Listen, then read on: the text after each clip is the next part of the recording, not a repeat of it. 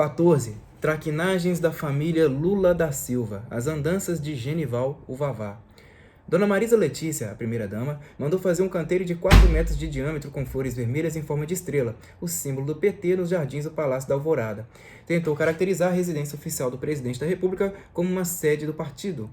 Luiz Cláudio Lula da Silva, filho do presidente, usou o avião da FAB, Força Aérea Brasileira, com 14 amigos. Foi durante as férias de 2004. O deputado Eduardo Paes, do PSDB do Rio de Janeiro, tentou de todos os modos verificar a veracidade da história. Só conseguiu confirmar a mordomia junto ao gabinete institucional da Presidência da República. Antes havia feito sucessivos requerimentos à Secretaria-Geral da Presidência da República, Ministério da Casa Civil e Ministério da Defesa. Ninguém admitia o uso do avião oficial, mas existiu. 5 anos depois, em outubro de 2009, Lula nem deu atenção ao caso. Desta vez, quem pegou carona no avião do governo foi Fábio Luiz Lula da Silva, o Lulinha, filho mais velho do presidente. Ele e 15 acompanhantes. O Sucatinha, um Boeing 737 da FAB, já estava perto de Brasília quando o piloto recebeu ordens para voltar a São Paulo e pegar a turma do Lulinha. O presidente do Banco Central, Henrique Meirelles, também voou na aeronave que seguiu novamente para Brasília. O Palácio do Planalto só informou que Lulinha e os amigos eram convidados do presidente da República. Ponto final. De acordo com relatos do economista Paulo de Tarso Venceslau, o amigo de Lula, Paulo Camoto resolveu um problema provocado por Lurinha Cordeiro Lula da Silva, filha do presidente. Eram tempos da eleição para o Palácio do Planalto em 94. Lurian teria saído de uma loja em São Paulo sem pagar pelas mercadorias que levara consigo. A missão de Paulo Camoto era pagar pelos produtos evitando que a história vazasse para os jornais, e ele conseguiu. Em junho de 2009, o marido de Lurian, Marcelo Sato, foi acusado de tráfico de influência em transações que envolviam a execução de obras no porto de Itajaí, Santa Catarina. O governo federal tinha liberado 350 milhões de reais para reconstruir as instalações do porto, mas haveria 19 irregularidades na contratação de empreiteiras. Marcelo Sato participou de reunião para discutir as obras ao lado do deputado Décio Lima, do PT de Santa Catarina, um ex-superintendente do Porto. Na época, o genro de Lula era assessor da deputada estadual Ana Paula do PT de Santa Catarina, mulher de Décio Lima. O procurador Marcelo da Mota disse ao repórter Hugo Marques, da revista Isto É, que Marcelo Sato seria investigado. Há indícios para investigar a intervenção de Marcelo Sato junto a órgãos do governo federal. Sandro Luiz Lula da Silva, outro filho do presidente, foi funcionário fantasma do PT. Os repórteres Lilian Cristofoletti e José Alberto Bombing, da Folha de São Paulo, revelaram o caso. Contratado por R$ 1.522, Sandro Luiz prestava serviços à distância. Empregado do PT durante mais de 3 anos, Sandro Luiz teria passado a prestar serviços em casa em São Bernardo do Campo, em São Paulo, desde que o pai se tornara presidente da República. Deram diversas explicações. Numa primeira versão, o PT informou que o filho de Lula nunca trabalhara no partido. Depois, o PT alegou que o rapaz deixou de ser funcionário em meados de 2002. E, por fim, o partido informou que ele fora desligado dos quadros da legenda há 1 ou 2 semanas, ou seja, em junho de 2005, na mesma época em que a reportagem foi publicada. Os repórteres ouviram o presidente do PT de São Paulo, Paulo Frateschi. Ele não ia todos os dias, às vezes aparecia um dia por semana, um dia por mês. Ele não precisa ir ao diretório para trabalhar. Trabalha na casa dele até porque precisa apenas de um computador para realizar o serviço. Paulo Frateschi não informou quais serviços Sandro Luiz prestava ao PT. Quem ocupou páginas de jornal foi Fábio Luiz Lula da Silva. O jornal O Globo do Rio publicou em julho de 2005 que a Telemar, uma das maiores operadoras de telefonia do país, havia comprado ações da Gamercorp, empresa de Lulinha. Note-se que a Telemar, concessionária de serviço público, era constituída com recursos do BNDES, Banco Nacional de Desenvolvimento Econômico e Social, Banco do Brasil e fundos de pensão de empresas estatais. A notícia falava na aplicação de R$ 5 milhões na Gamercorp. Com o negócio, a Telemar disporia de ações da empresa de Lulinha e do direito de usar programas de jogos produzidos pela Gamercorp em telefones celulares. Lulinha havia montado a Gamercorp com capital de R$ 10 mil numa sociedade firmada no ano anterior com Calil e Fernando Bittar, filhos de Jacob Bittar, velho amigo de Lula, nomeado por influência do presidente como conselheiro da Petros, o fundo de pensão dos funcionários da Petrobras. O negócio com a Telemar elevou a R$ 7 milhões a expectativa de faturamento da Gamercorp em 2006. A transação foi intermediada pela BDO Trevisan, empresa de consultoria de Antoninho Marmo Trevisan, Trevisan.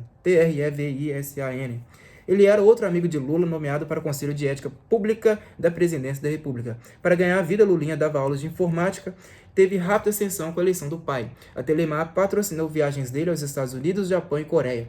O caso da Gamercorp eclodiu no meio da crise do escândalo do Mensalão.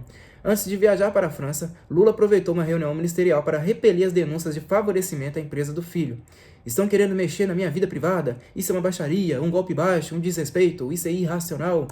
2 meses depois, o banqueiro Daniel Dantas, dono do Grupo Opportunity, prestou depoimento às CPIs dos Correios e do Mensalão. Reconheceu ter bancado almoços e jantares para Fábio Luiz Lula da Silva em 2003 durante viagem de Lulinha ao Japão. Daniel Dantas disse que a Brasil Telecom fez gestões para comprar a Gamercorp. Chegou a pagar R$100 mil mensais para a Gamercorp fornecer conteúdo ao portal da Brasil Telecom na internet antes de frutificar o negócio de Lulinha com a Telemar. A empresa do filho do presidente da República voltou a ser noticiada em 2006 com a revelação de que a Telemar decidira injetar R$5 milhões por ano em patrocínios e produções dos programas de televisão da Gamercorp. Em 3 anos, o pacote da concessionária de serviço público à empresa do filho do presidente da República chegaria a R$15 milhões. Com sucesso empresarial, a Gamercorp, especializada em videogames e programas de jogos eletrônicos para televisão, passou a comprar parte da programação da TV Bandeirantes e da Mix TV. A Gradiente anunciou nos programas da Gamercorp. O dono da empresa, Eugênio Staub, foi dos primeiros homens de negócio a apoiar Lula nas eleições de 2002.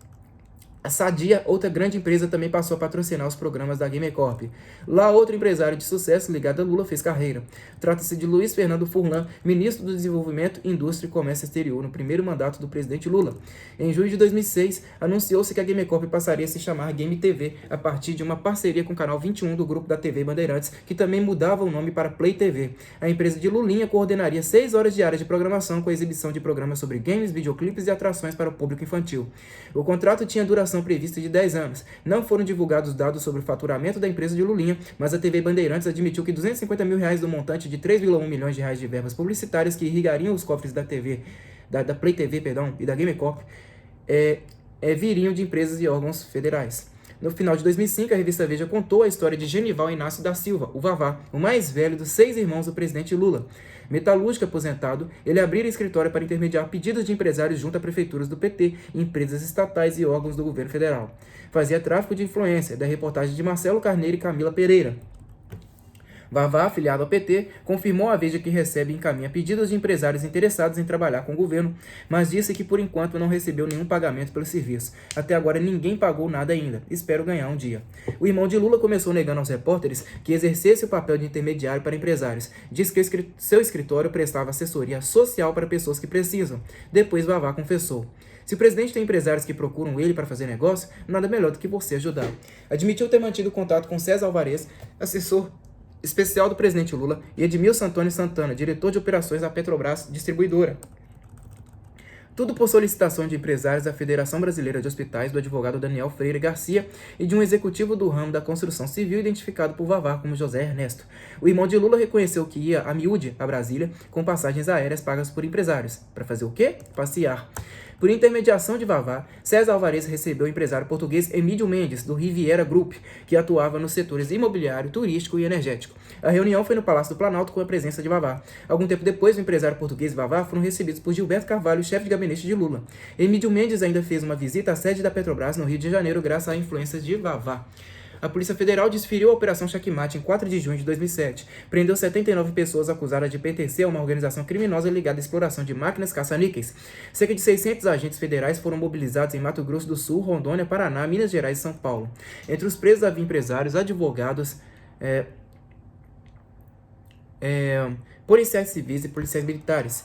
Eles foram acusados de contrabando de componentes eletrônicos para caça-níqueis, corrupção e tráfico de drogas. A organização movimentaria R$250 mil por dia. Durante a ação, dezenas de carros de luxo, caminhões, máquinas de jogo, dólares e ouro foram apreendidos. A Operação Checkmate iria prender Vavá. A Polícia Federal chegou a pedir a prisão do irmão de Lula, mas a Justiça indeferiu.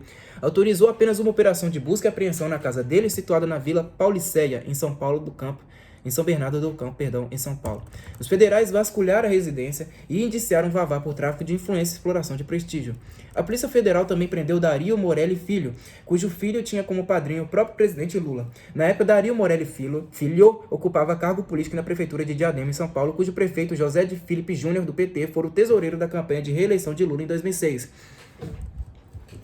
O prefeito o afastou no mesmo dia. Amigo de mais de 20 anos da família Lula da Silva, Dario Morelli Filho foi acusado de formação de quadrilha, contrabando de componentes para máquinas caça-níqueis, falsidade ideológica e corrupção ativa. Ele daria dinheiro a policiais para não ser perturbado. Dario Morelli Filho foi apontado como sócio oculto do ex-deputado Newton César Servo, outro conhecido de Lula numa casa de jogos clandestina em Ilha Bela, no litoral de São Paulo. Os dois corromperiam policiais para manter os caça-níqueis em operação. Newton Servo, apontado como chefe da quadrilha, fugiu da Operação Checkmate. Prenderam-no logo no dia seguinte. Ele exploraria jogos de azar e caça-níqueis no Mato Grosso do Sul, Paraná, Rondônia e São Paulo. Teria ligações com a Associação Nacional de Bingos e Jogos e gostava de falar das 3 ou 4 vezes que esteve na chácara de Lula, em São Bernardo do Campo, para comer coelho com o presidente. Outra façanha de Newton Servo. Participou de pescaria com Lula e o então governador de Mato Grosso do Sul, Zeca do PT, de 99 a 2006, no Pantanal. Zeca do PT, aliás, teria apoiado casa de bingo e máquinas caça-níquel como primeiro mandatário do Mato Grosso do Sul. O comandante da Polícia Militar, de seu governo, Coronel Ivan Almeida da Silva, eu tô ruim demais hoje, pessoal. O comandante da Polícia Militar de seu governo, Coronel Ivan Almeida da Silva, elegeu-se deputado estadual pelo PSB, numa dobradinha com Newton Servo, que não se elegeu. O coronel também seria ligado à organização criminosa, mas não foi acusado. Dario Morelli Filho, por sua vez, era um faz-tudo da família Lula da Silva. Atuava como motorista, assessor e segurança. Gostava principalmente da área de segurança e inteligência. Em 2003, registrou um boletim de ocorrência sobre o roubo de um celular de Marisa Letícia. Em 2006, Dario Morelli Filho esteve numa delegacia de polícia em São Bernardo do Campo para registrar queixa de um roubo que teria ocorrido na chácara Los Fubangos, de propriedade de Lula, na beira da represa Billings. Em 1989, Dario Morelli Filho integrara o corpo de segurança da primeira campanha de Lula a presidente da República. Em 1994, foi o responsável pelo esquema de escolta do então candidato a governador de São Paulo, deputado José Dirceu, do PT. Prestou serviços para diretórios do PT e para o Sindicato dos Metalúrgicos de São Bernardo do Campo, berço político de Lula. Chegou a trabalhar na prefeitura de Mauá, na Grande São Paulo, nos tempos em que a administração municipal esteve sob o comando do PT. Nos anos 90, montou a própria empresa de vigilância privada. Fazia segurança em casas de jogos. Em 2006, Dario Morelli Filho admitiu ter sido contratado para alugar veículos à campanha de Aloysio Mercadante do PT, que disputou e perdeu o governo de São Paulo. Recebeu R$187 mil pelos serviços. Dario Morelli Filho também teria sido funcionário fantasma do gabinete de Roberto Gouveia, do PT de São Paulo, na Assembleia Legislativa de São Paulo. Em depoimento, a Polícia Federal admitiu ter se encontrado 2 vezes com Lula na casa do próprio presidente em São Bernardo.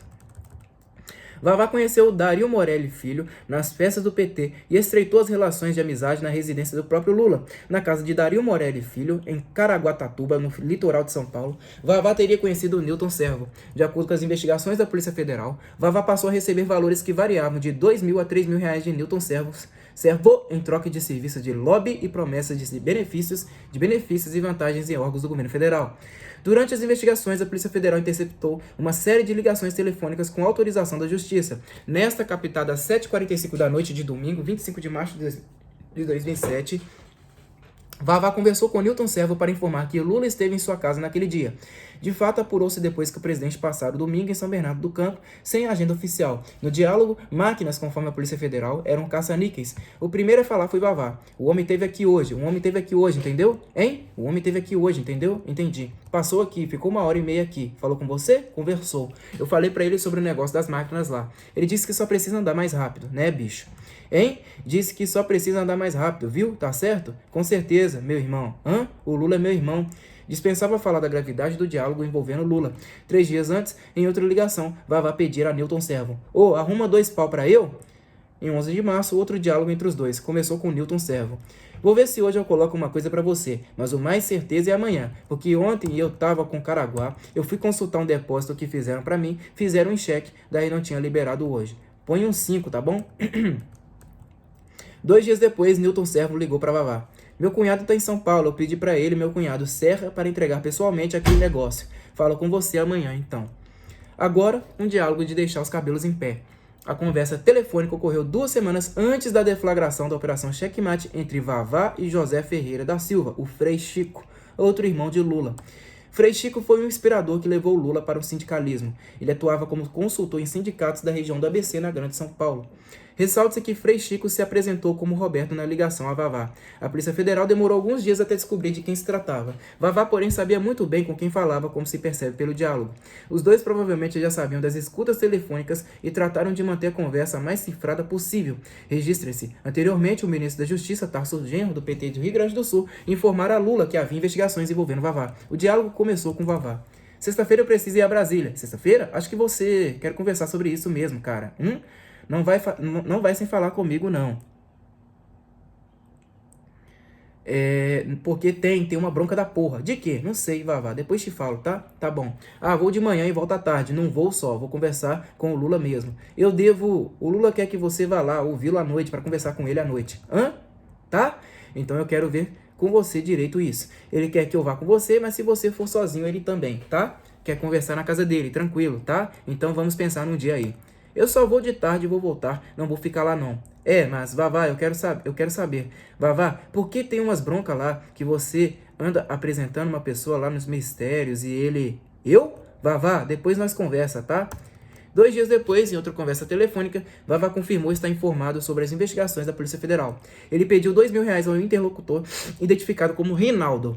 O dinheiro seria pagamento por suposto lobby dos Correios. Vavá explicou por que evitou ir a Brasília. Eu não fui porque a Polícia Federal está filmando muito, né, Rinaldo? Vou esperar passar mais uns dias, aí eu vou lá.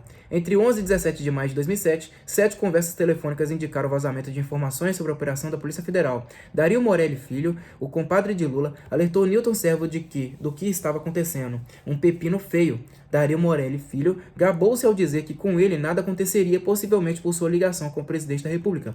O diálogo começou com o compadre de Lula. Quando eu for aí, eu compro um telefone no meu nome e a gente cancela todos os seus. Joia, então. Se eles rastrearem o seu telefone, não cair. Se rastrearem o meu, quando bater nas coisas lá, o cara já vê o meu nome e já pensa 2 vezes antes de fazer alguma coisa. A fim de resolver o problema dos grampos que haviam sido instalados a partir de determinação vinda de Brasília, Dario Morelli Filho disse que se encontraria com um aliado na capital federal, o ex-deputado Sigmaringa Seixas, do PT do Distrito Federal. Iria fazer um escândalo. Newton Servo se reuniria depois com o ex-deputado chamado nos diálogos de Sig para discutir o assunto. Em seguida, a reprodução de uma conversa mantida em 14 de março de 2007 entre Newton Servo e seu cunhado, identificado pela Polícia Federal apenas como Piovesan, mas que era chamado de Serra no telefone. Na ligação, Newton Servo disse que Vavá tem futuro. Em outras gravações entre Servo e Vavá, Lula é definido como um homem, nas palavras de Newton Servo. Eu achei que não ia ter dificuldade de arrumar uns 30 mil pro Vavá. Em 30 a 70 dias, arrumo 5 mais 5. De picado em picado, eu arrumei pro Vavá uns 14, 15 paus. Eu vou ter que parar por aqui, pessoal. Eu tenho umas coisas para resolver. Parei na página 664 do livro, tá? Não li quase nada. Eu li um pouco mais de 10 páginas. Mas é isso daí, muito obrigado a todos vocês que me acompanharam aqui. Tentar ler um pouco mais na próxima, tá bom? Até o próximo vídeo, falou!